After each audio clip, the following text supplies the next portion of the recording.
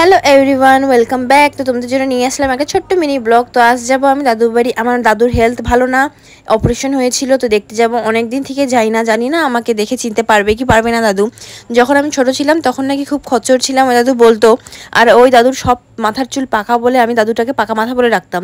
আমি জানি না ওই দাদুর ভালো নাম কি, আমি পাকা মাথা দাদু বলে ডাকি।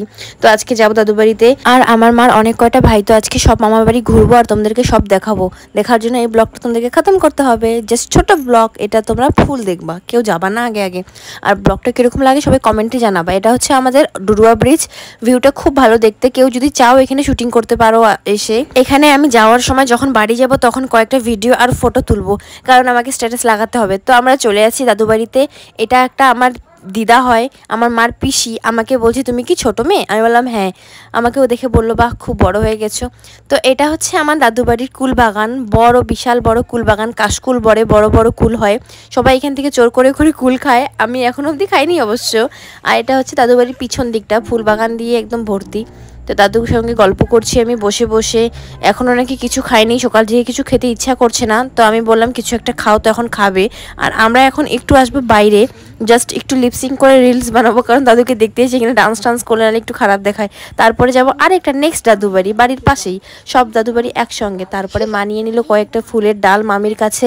আর একটা যাবো আমরা মামা বাড়ি, এখন একটু দূরে। এখন যাবো আরেকটা মামা বাড়ি। এটা হচ্ছে একটা মামা, আর এখানে একটা বসছে ছোট্ট করে বাজার। এখানে সব মামারা আছে, তো মা মামাদের সঙ্গে কথা বলছে।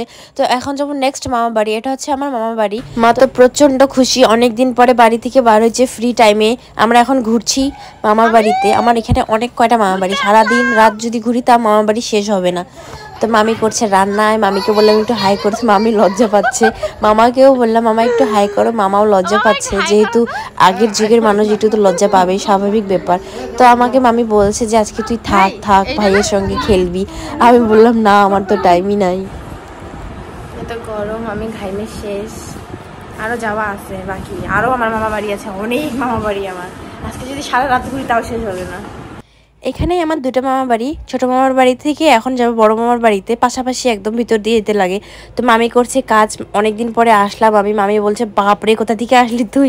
তো এখন মামির সঙ্গে একটু করব গল্প। মামি কাজ করছে এত গরমের মধ্যে, মামিকে করতে বলবো হাই। এই মামি তো হাই করলো, যেহেতু আমাকে বললো সবাই আজকে বলছে থাক থাক থাক।